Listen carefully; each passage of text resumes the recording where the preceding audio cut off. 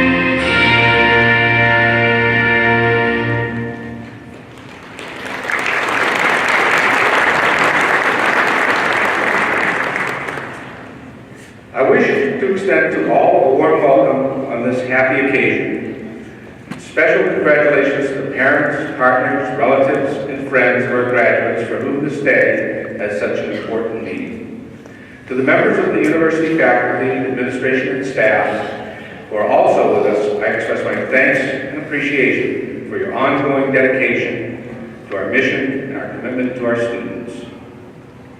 The commencement invocation will be delivered by Gail Phillips Bucher, class of 1963. Gail is the university chaplain and a member of the Board of Trustees.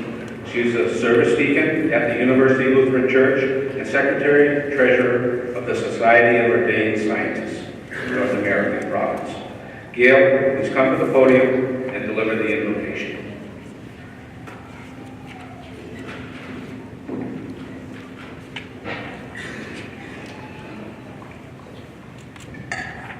Let us pray. We are grateful for this joyful day of celebration and the opportunity to celebrate the milestone event with these Worcester Masters graduates. May wisdom, compassion, truth, and patience help them to face the challenges in their work as they help to diagnose, treat, and ease suffering of all who are entrusted to their care. We give thanks for the gift of life and all the blessings that we enjoy each day.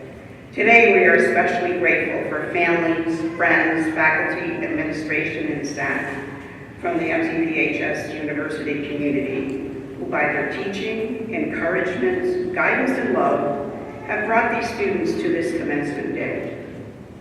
As we celebrate, we remember those who are in need, especially those who need health care. In the current political climate in which healthcare funding for the poor is in jeopardy, may we all become advocates for access to healthcare to help needless suffering for all, regardless of health condition or economic status. Amen.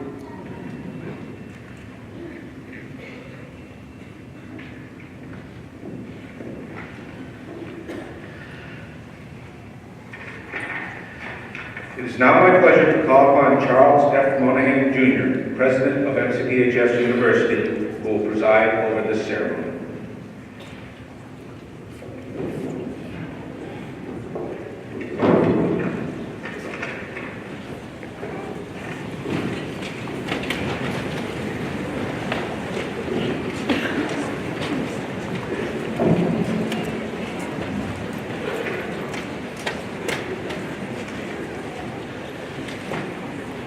Thank you, Chairman Griffin. It's with pleasure that I welcome you to these commencement exercises for MCPHS University. This semester, we are honoring the 283 candidates in attendance here today. We will honor the other 1,500 MCPHS graduates in May in Gillette Stadium. This is a special day in the lives of our graduates, and I am pleased to preside over the most joyous of the university events in the academic calendar. I am confident that this will be one of the most memorable days of your lives. Please save a moment and remember this day. I am pleased to recognize two very special groups of individuals who have joined us this morning. The first group volunteers their valuable time year in and year out to help the university achieve its long-term goals. Will Chairman Griffin and members of the Board of Trustees please stand and be recognized.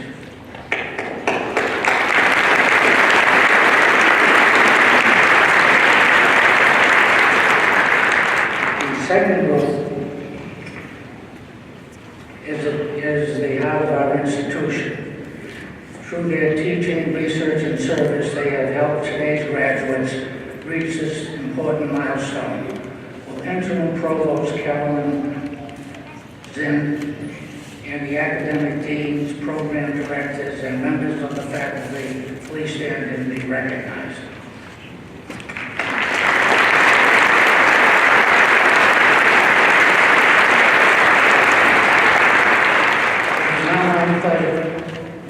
It is now my pleasure to,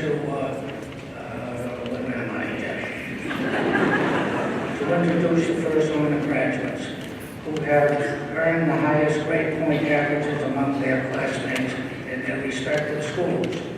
The first honor graduates are recognized by the sashes that they wear today. Would each first honor graduate please stand and be recognized as I call your name? Please, audience, hold your applause until all first honor graduates stand and be recognized for their academic excellence. Janelle McDonald in the Digital Medical Sonography Program, Marion Bomba in the Physician Assistant Program, we have Heidi Swerve, Melissa Canary, Dalen Ryan, Rebecca Corridorci, Austin Harper, Nicole Hines, Julie Kolonowski, Louise Essett, Nasco Viola. Congratulations to each of you for your outstanding academic accomplishments.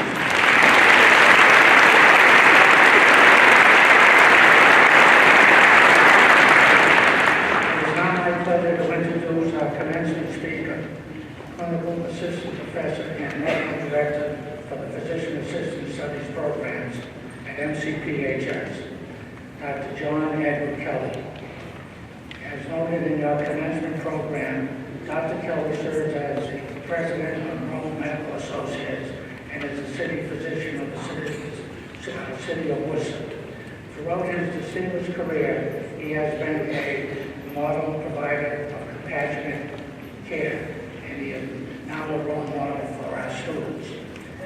Dr. Kelly, please come forward to deliver your remarks.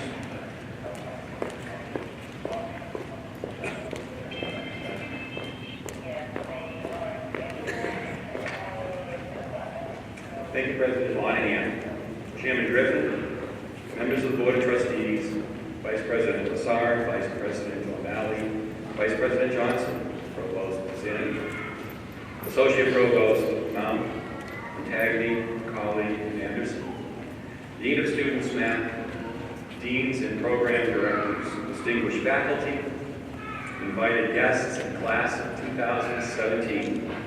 I am honored to have been asked to say a few words on this very special day.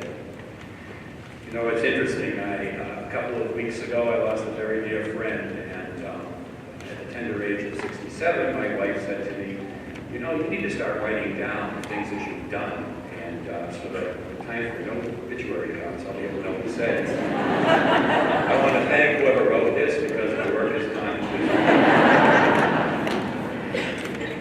First, I'm not a public speaker, nor am I a motivational speaker by trade. A few weeks ago, President Monahan and his wife, Lenore, were in my office, and I expressed the angst I had at taking on the enormity of this endeavor. Lenny calmed me down right away by basically saying, Jack, no reason to worry. No one is going to remember a word you said 5 minutes after you're done. Then President Monahan said, besides, you're already on my payroll. I don't have to pay you an honorarium. Having said that, I hope there is at least one takeaway by the end of this talk. Recently, there was a mother who noted it was 7:30 in the morning and there had been no ruffling upstairs from her son getting ready for class. She called upstairs, John, it's 7:30. You'll be late for your 8 a.m. class. John responded, it's cold, it's wet, and I'm exhausted. I'll skip class today. Exasperated as any mother could be. Mother said, John, I'll give you 3 good reasons why you should get up and go to class. John responded, what happened? Mother replied, number 1, it's important because education is vitally important to you and to everyone in life. But again, especially. Reason number 2, you're 32 years old and you ought to take responsibility for your life and your actions. And number 3 reason you're going to class is because you're the professor. Let it be said that this is not indicative of our faculty. I checked to make sure no one was 32 years old. Well, graduates, you got up this morning, prepared to go out. You went to the bathroom, you brushed your teeth, and I know at least one group of you did it correctly. Thank you, school of dental hygiene. You looked into the mirror, you said, wow, I am a special person. Today I graduate from one of the oldest institutions of higher learning in this country. You then got into your car, adjusted the rearview mirror, had to see yourself again, and said, wow, I really am a special person. For not only am I graduating from one of the oldest institutions of higher learning in the country, but also from the institution of higher learning that confers the greatest variety of degrees and certificate programs in healthcare than any other institution of higher learning in this country. You then got yourself here. And as you came in, you saw all the other graduates, the students.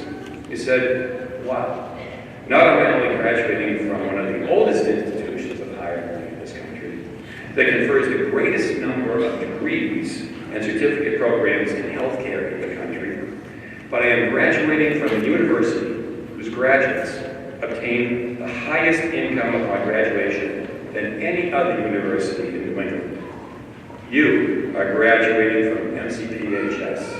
You are MCPHS, and congratulations.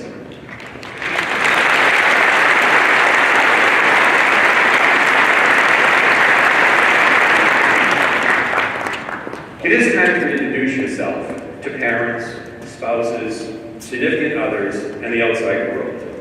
You have spent the last few years with an old saying of nose to the grindstone, shoulder to the wheel. The time filled with didactic learning, clinical experiences, and perfecting procedural proficiencies. I think I got this piece. Little time for outside activities or for fostering interpersonal relationships. No person is an island. And without the support of those that right now are literally behind you, and have always been behind you and believed in you, these years would have been that much more difficult or impossible. I think we should salute those silent heroes back here who supported you all along.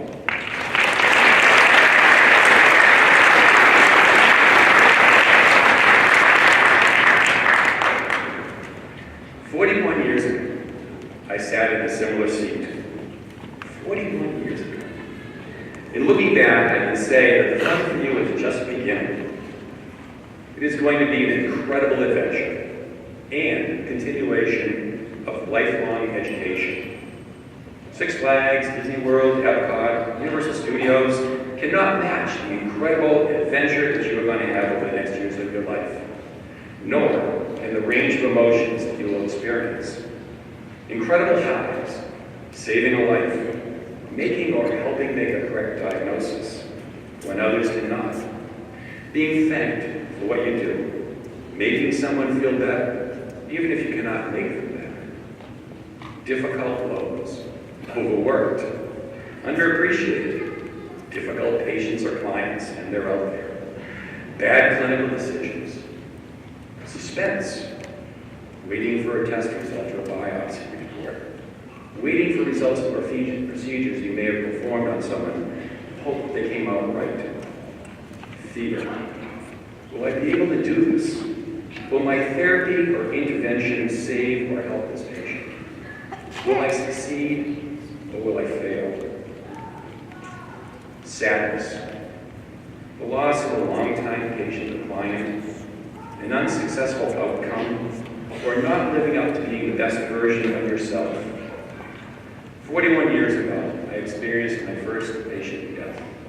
I was devastated. I had to get away. I went to a movie just to remove myself from the situation. I don't remember that movie. I don't remember the name of the movie. But I still remember that patient, and I still remember the patient's name. Your emotions will run the gamut and change daily and sometimes hourly. Each day will be a new adventure. Seldom will they be dull. You will make a difference in people's lives, and for that, you are incredibly fortunate. In the shower the other day, where I do some of my best thinking about it, it came to me, what was is not what is, and what is not what will be. What was is not what is not what will be. You're entering a dynamic field of rapid change and ever-increasing knowledge. I hate to tell you this, but a lot of what you have learned will be passé by the time you retire. I remember little of what I learned in medical school. Don't get this wrong. Not biochemistry, not parasitology, not physiology. Luckily, we don't have pharmacology here. Not much pharmacology either, to be honest with you. I do remember, and have never forgotten, 3 things that were told to me by various clinicians and professors. Number 1, never say never and never say always in healthcare. It is dynamic, not static. Yesterday's truths might be tomorrow's fallacy. By the way, that works for relationships as well. Never say never, never say always. That is the easiest way to make an argument. We learned that in 39 years of marriage. Number 2, old age never caused anything. Look for the real reason or the etiology for someone's symptoms or illnesses. And number 3, listen to your patients or your clients. If you ask the right questions, if you listen to the answers, if you listen to what they say, and if you listen to what they don't say, you'll be able to make a determination of their problem 90% of the time. And then use physical exam or other testing in order to back up that diagnosis or refute it. But listen to a patient. Over the next 30 to 40 years, your professional life will have incredible change. As I look back on my graduation many, many years ago, diagnostically, we did not have CAT scans. We did not have MRIs. We did not have MRAs. We did not have angiography. We did not have colonoscopies. I'm not as old as you might think. Therapeutically, we did not have total knee replacements, total hip replacements, transplantations. And the people in the back aren't going to understand a lot of these things, but from a pharmacological perspective, we didn't have beta blockers, SSRIs, calcium channel blockers, ACE inhibitors, angiotensin receptor blockers, quinolones. You might ask, what did you do? What did you do? We somehow got through it. The one and only constant has been and will be the patient-provider relationship. You will leave today with an exalted title in your field, but you must remain humble in spite of this. If you exalt yourself, you will be humble. But if you humble yourself to others, you will be exalted in the eyes of your patients and others. Take your knowledge, but don't let it take hold of you. In healthcare, we hold the hopes and the fears of our patients and clients in our hands.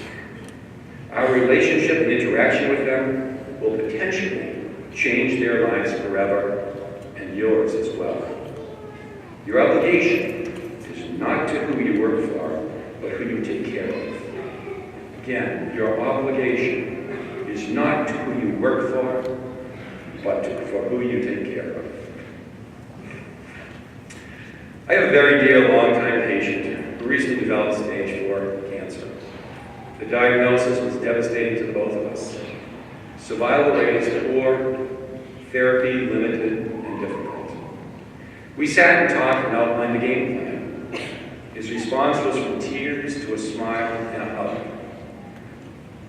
He said, "I feel much better. I didn't cure him. I didn't change his prognosis, but he felt hope and did not feel alone in his journey." Professor Serrato of the School of Physician Assistant Studies here at MCPHS is currently researching the hypothesis of being able to teach empathy and compassion. If this occurs, it might be the most important class of any healthcare discipline. When I cross your threshold for help, and I will, I'll be hoping for 3 things when we meet. 1, your knowledge, your fund of knowledge, the ability to take what you've learned and make sense of my symptoms and my diagnoses, my condition. Number 2, your technical skills, those needed to diagnose and treat my problem. And last, and most important, your caring and your compassion. That is the most important. God bless, Godspeed on your journey. Thank you.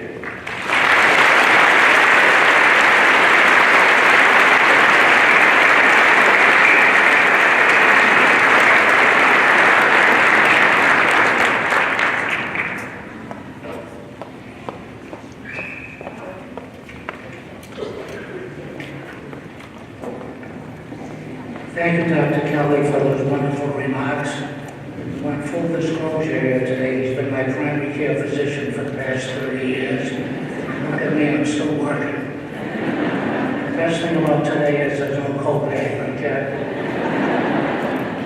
Please step forward. In recognition for his distinguished service to medicine and the education of healthcare professionals, on behalf of the trustees, faculty, students, and staff of MCPHS University, please accept this token of our appreciation today.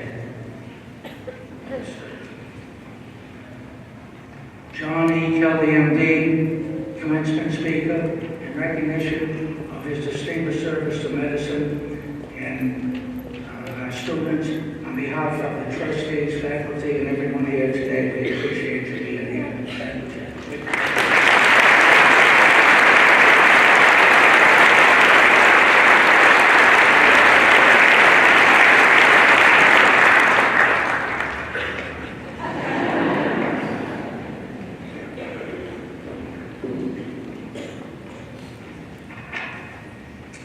I now have the honor to present Carolyn Zeind, Interim Vice President for Academic Affairs and Provost, who will present graduate for degrees earned in the course.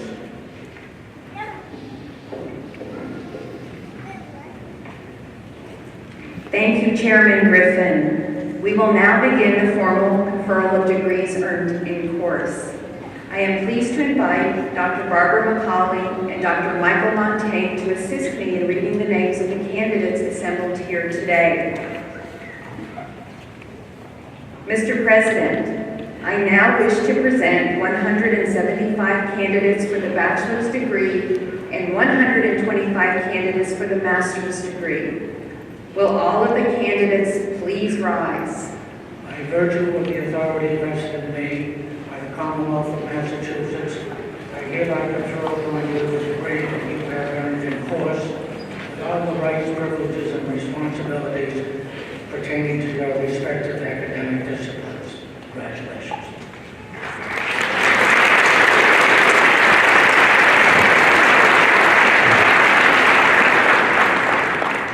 Will all the candidates please come forward? Mr. President, I now present the candidates for the Bachelor of Science in Dental Hygiene.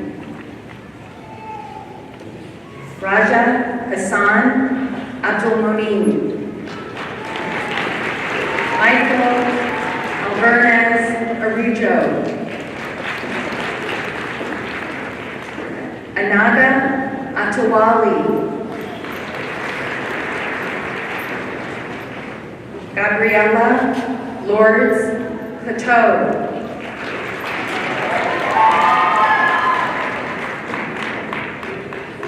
Ang Tan Deep.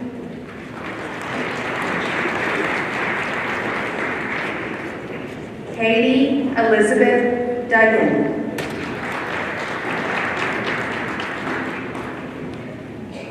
Louise Essiet.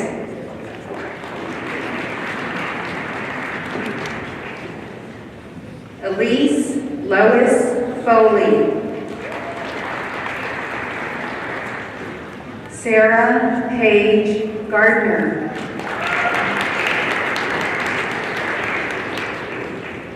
Carolina Guillermo. Donna Isan Haki. Alexandra Elizabeth Hutsis.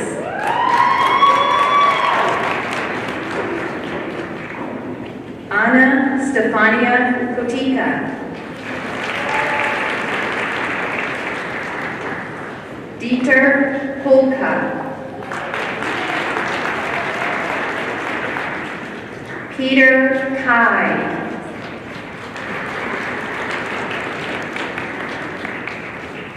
Inui Lee.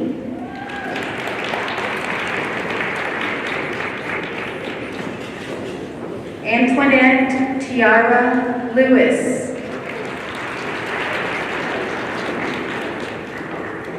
Hauyue Ma.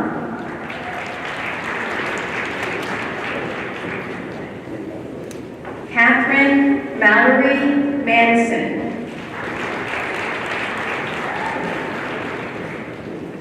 Stephanie Marie Perry.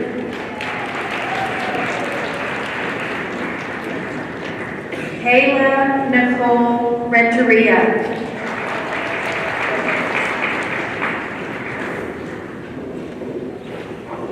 Ashley Lynn Schad.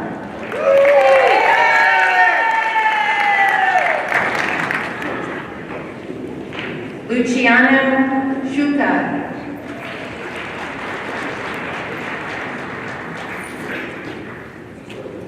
And Python Samantha Sikarat.